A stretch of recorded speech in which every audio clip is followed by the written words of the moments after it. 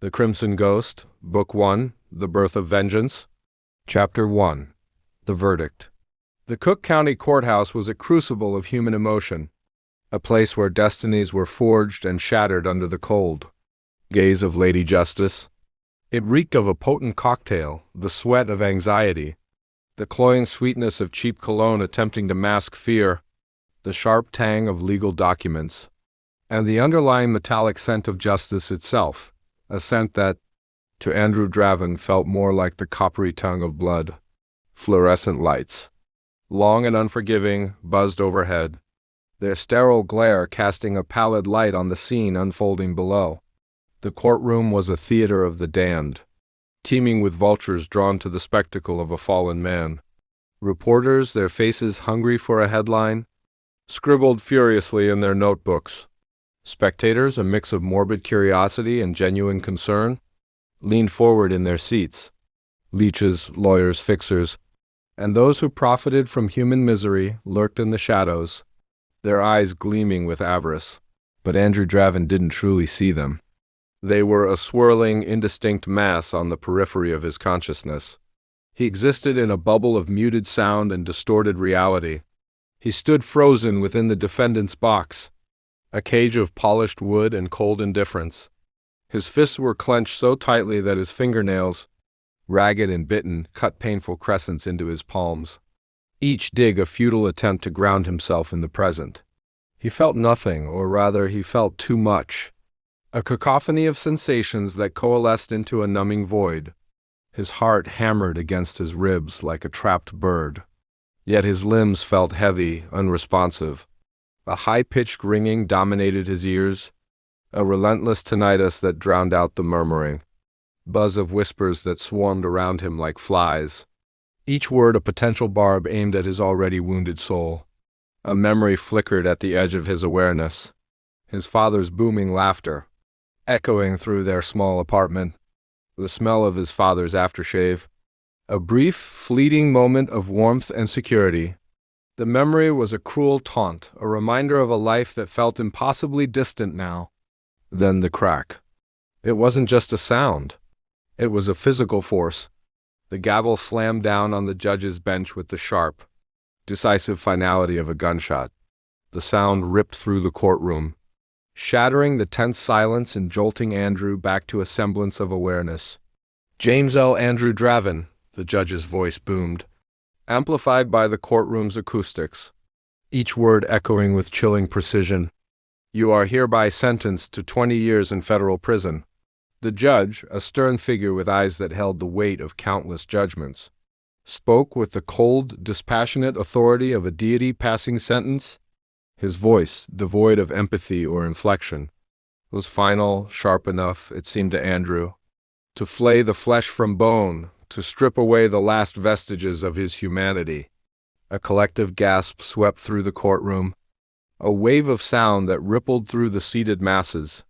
Camera flashes erupted like a sudden and merciless lightning storm, each burst of light momentarily blinding, capturing Andrew's image for the hungry eyes of the media. The walls of the courtroom, already imposing, seemed to close in, pressing down on him with suffocating force. The floor, solid moments before, tilted beneath his feet, the world tilting on its axis as his reality fractured. But Andrew didn't move. He couldn't. His face wasn't stoic, a mask of grim acceptance. It was vacant, a hollowed-out landscape, as if something vital, his spirit, his essence, had been scraped clean from the inside, leaving behind only an empty shell. Felton, his lawyer, a man whose expensive suit couldn't quite conceal his inner turmoil, shifted uncomfortably beside him. Felton's gaze darted around the room, avoiding Andrew's. A bead of sweat trickled down his temple, a testament to his own fear and the weight of his failure. Andrew recalled Felton's words from days before. "We'll fight this, Andrew. We'll find a way." But now, those words rang hollow, empty promises in the face of the judge's pronouncement. Somewhere in the press section, a man leaned forward, his posture predatory, his breath thick with the acrid scent of nicotine. He was an unsettling figure, his face etched with the harsh lines of a life lived in shadows. His eyes, dark and intense, seemed to bore into Andrew's, and his words, when they came, slithered through the air like oil, coating Andrew in a film of dread. "Enjoy the ride, kid," the man rasped, his voice a low growl that sent a shiver down Andrew's spine. "We'll make sure you're well taken care of, inside." The threat was unmistakable, a dark promise of violence and brutality that hung heavy in the air. A ripple of unease spread through the courtroom, even the most jaded reporter sensing the undercurrent of menace. His mother was the first to break. The dam of her composure shattered, and the raw, primal anguish poured forth. "No, not my son. He's innocent, damn you." "You liars." Marissa Draven's voice split the air, a ragged cry torn from the depths of her being. It was the sound of a mother's heart breaking, the sound of a love fierce and unwavering. She lunged forward, her face contorted with grief, tears streaking down her cheeks, turning them into a mask of red and swollen pain. The bailiffs, their faces impassive, moved quickly to restrain her, their grip firm and unyielding. She thrashed against them, her cries echoing through the courtroom, each word a desperate plea for her son's freedom. Marissa had always been a force of nature, a woman who had faced down adversity with unwavering determination. Andrew remembered her working double shifts at the diner, her hands roughened but her touch always gentle. He remembered her fierce protectiveness when he was bullied in school, her voice a lioness's roar against any threat to her cub. Now that strength was crumbling into despair, and the sight was almost unbearable. Shasha clung to Amelia, her small frame trembling violently. Amelia sobbed, her body racked with sobs so intense that it seemed her very being was tearing apart. "Drew, say something." "Fight them. Don't let them take you." Her voice cracked, breaking the air like her heart was shattering in real time, each syllable a shard of glass piercing the silence. Her eyes, wide and filled with terror, pleaded with Andrew to defy the inevitable, to somehow undo the horror that was unfolding. Andrew's soul screamed inside his chest, clawing to escape the prison of his body. It was a silent, desperate cry, a rebellion against the injustice that had condemned him. On the outside, however, he remained stone, a statue carved from grief and despair, a tomb sealed and impenetrable. A series of disjointed images flashed behind his eyes, a chaotic montage of the trial's most damning moments. Felton, his lawyer, fumbling with evidence, his arguments weak and unconvincing, his gaze shifting nervously under the prosecutor's relentless questioning. Andrew recalled the subtle tremor in Felton's hand as he signed the documents, a telltale sign of his growing fear. The prosecutors, their faces smug and triumphant, their words painting him as a monster, a ruthless criminal beyond redemption. Andrew remembered the lead prosecutor's sharp, piercing eyes, the way he savored each damning word, relishing in Andrew's destruction. The cartel witnesses, their voices flat and emotionless, spitting lies with serpent tongues, their eyes darting nervously as they recounted their fabricated tales. Andrew recalled the way one witness hesitated, a flicker of doubt in his expression before he continued his charade. And the gavel, that damned gavel, its sharp, decisive cracked the soundtrack to his downfall. The sound echoed in his memory, each strike a nail in the coffin of his former life. Guilty, the word reverberated in his mind, a brand seared onto his consciousness. 2 deputies, their movements cold and mechanical, seized him, their grip impersonal and unyielding. They were cogs in the machinery of justice, their faces devoid of empathy or emotion. They cuffed his wrists, the cold steel biting into his skin, the chains rattling like the death knell of his freedom. And then his eyes found Amelia's. Her face was a blur of tears and heartbreak, a portrait of pure, unadulterated anguish. Her gaze, raw and vulnerable, sliced through his numbness like a blade, a sharp, agonizing reminder of the love and innocence he was leaving behind.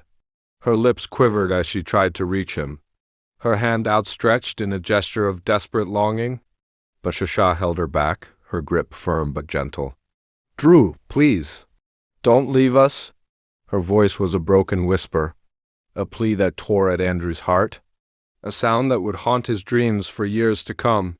Marissa's broken voice trailed behind him as he was led away, her words laced with a mother's desperate fury. "You bastards. He's just a boy." Their Uncle Tommy, his face etched with grief and helplessness, wrapped his arms around her, his own voice cracked and useless against the overwhelming tide of despair. "Marissa, please. There's nothing we can do." Andrew's lips twitched, a barely perceptible flicker of emotion. He wanted to speak, to offer some comfort, some reassurance, but the words were trapped in his throat, choked by the weight of his despair. His body kept moving, propelled forward by the relentless grip of the deputies. His soul, however, remained behind, bleeding on the courtroom floor, a shattered remnant of the boy he once was. The rain outside slashed against the windows of the prison. Transport like skeletal fingers, clawing at the vehicle, mirroring the cold, skeletal grip of fear that was slowly tightening around Andrew's heart. Inside the transport, he sat chained among wolves in human skin, a stark introduction to the brutal reality of his future. The other inmates, their faces hardened by years of incarceration, their eyes glinting with a predatory hunger under the flickering overhead lights, sized him up with chilling indifference, tattoos intricate and menacing, curled around their necks like vipers, each design a story of violence and survival. The air was thick with their sweat, their stale breath, and the unspoken threat of what awaited Andrew on the other side of those prison gates. A hulking inmate, his muscles bulging beneath a stained tank top, leaned close to Andrew, his presence overwhelming, his breath sour with the stench of cheap liquor and decay.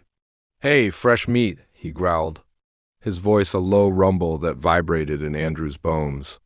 "Someone's gonna love you in there." Laughter rolled through the transport, low and predatory, a chilling chorus that echoed the darkness of the world Andrew was about to enter. It was the sound of predators circling their prey, the sound of despair given voice. Andrew didn't flinch, didn't blink. He stared ahead, his eyes empty, devoid of any discernible emotion. The words, the laughter, the threat, they all bounced off the void inside him, unable to penetrate the thick wall of numbness that had enveloped his being. He recalled the words of the court reporter, Eleanor Vance, as she observed him earlier in the day. "He's like a ghost already," she had murmured to her colleague, her sharp eyes noting the hollowness in his gaze, the disconnection between his outward appearance and his inner turmoil.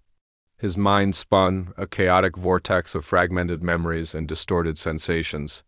Images and sounds sliced through the silence of his inner world, each one a fresh wound, Amelia's tears, a constant reminder of the pain he had caused. Shasha's scream echoing in his ears like a banshee's wail. His mother's broken sobs, a constant ache in his chest. His fists clenched until the skin split. The pain of fleeting distraction from the agony in his soul. His heart, already hollowed out by the trial, began to rot, consumed by bitterness and despair. Beyond the dirty window of the transport, Chicago, his city, his home, blurred into a gray smear, swallowed by the relentless downpour. The once vibrant cityscape, the place of his childhood dreams and his father's laughter, was now a distant, unattainable memory. His own reflection stared back at him from the glass, a stranger's face, hollow-eyed, pale, gaunt, a ghost in chains. That's all he was now, a shadow of his former self, bound by the weight of his conviction and the crushing reality of his impending imprisonment. His whisper, when it finally came, was a rasp, a sound barely audible above the rumble of the transport's engine. "How the hell did I end up here?" And then the memory hit him with the force of a physical blow, a tidal wave of the past crashing into the bleakness of the present. 12 years earlier, Lincoln Park, a lifetime ago, sunlight, warm and golden, drenched the world in a vibrant, almost ethereal light. The air was filled with the sounds of children's laughter, the sweet scent of blooming flowers, and the carefree joy of a summer afternoon. 6-year-old Andrew, his face beaming with unadulterated happiness. dashed through the lush green grass, his tiny hand locked securely in his father's rough but gentle grip. Bill Draven, a towering figure in Andrew's young eyes, smiled down at him, his face weathered by years on the force, but his eyes warm and filled with paternal pride. "No one beats your old man, champ," Bill boomed, his voice full of playful challenge. "I did. I won, Dad." Andrew squealed, breathless with joy, his small legs pumping as fast as they could. Yeah. You got me this time," Bill chuckled, ruffling his son's hair, his touch affectionate and loving. A bright red Spider-Man balloon bobbed merrily in Andrew's other hand, a symbol of the carefree innocence of his childhood. A melting swirl of ice cream dripped down his fingers, a sticky reminder of the simple pleasures of that perfect day. The world was bright, safe, whole, a perfect tableau of fatherly love and childhood joy. Then the black car pulled up. It happened so fast, so violently, that the memory remained etched in Andrew's mind with the clarity of a nightmare. Pop, pop, pop. The sharp, staccato bursts of gunfire tore through the idyllic summer air, shattering the tranquility and plunging the world into chaos. Bill's chest exploded in a crimson bloom, the bright red spreading rapidly across his crisp white shirt. His eyes widened in shock, disbelief, and then a flicker of something akin to recognition. He staggered, his large frame losing its balance, his hand slipping from Andrew's. He dropped to the ground with a sickening thud, his body hitting the soft grass with a finality that young Andrew couldn't comprehend. "Dad?" Andrew's voice was small, confused, his laughter replaced by a growing sense of dread. The Spider-Man balloon, its vibrant red a stark contrast to the spreading stain on the grass, floated upwards, released from Andrew's suddenly nerveless fingers, a silent witness to the tragedy. "Dad, Dad?" Little Andrew collapsed beside his father, his small hands reaching out to grip Bill's, desperately trying to hold on to the warmth, the life that was fading so quickly. Sirens wailed in the distance, their mournful cries growing louder, closer. Screams echoed through the park, a chorus of terror and confusion. Tires screeched as cars swerved and fled the scene, leaving behind a scene of unimaginable horror. The world unraveled in blood and chaos, the vibrant colors of the day replaced by the stark reality of death and loss. Back on the prison transport, Andrew's breath hitched, his chest tightening with a pain that was both old and new. A bitter laugh, devoid of humor, devoid of life, tore from his throat, a sound not quite alive, a sound that spoke of brokenness and despair. "Why the hell is that the memory that comes back now?" he whispered, his voice hoarse and strained. He shook his head, as if trying to physically throw off the ghosts of the past, but they clung to him, their icy fingers gripping his heart. The transport jolted to a stop, the sudden movement throwing the inmates against each other. Stateville Correctional loomed ahead, a steel and concrete beast rising from the flat landscape, its imposing structure a monument to despair. Floodlights, harsh and unforgiving, cut through the relentless rain, illuminating the razor wire fences that coiled around the prison, like razor-sharp jaws, ready to devour him whole. A guard stepped forward, his face hidden in shadow, his flashlight slicing through the oppressive darkness, its beam momentarily catching the fear in Andrew's eyes. "Open Gate 1. Transport inbound." The guard barked, his voice devoid of emotion, his words echoing the finality of Andrew's fate. Buzzers groaned, their mechanical wails a mournful dirge. Massive doors, rusted and scarred, creaked open with the sound of something dying, the sound of hope being extinguished. Inside, even the most hardened predators went quiet, their bravado replaced by a palpable sense of unease. The sheer scale of Stateville, its cold, unyielding presence, was enough to silence even the wolves. Andrew's chest sank deeper, the weight of his impending imprisonment crushing him. He gripped the cold metal of the seat rail, his knuckles bone-white, his grip desperate.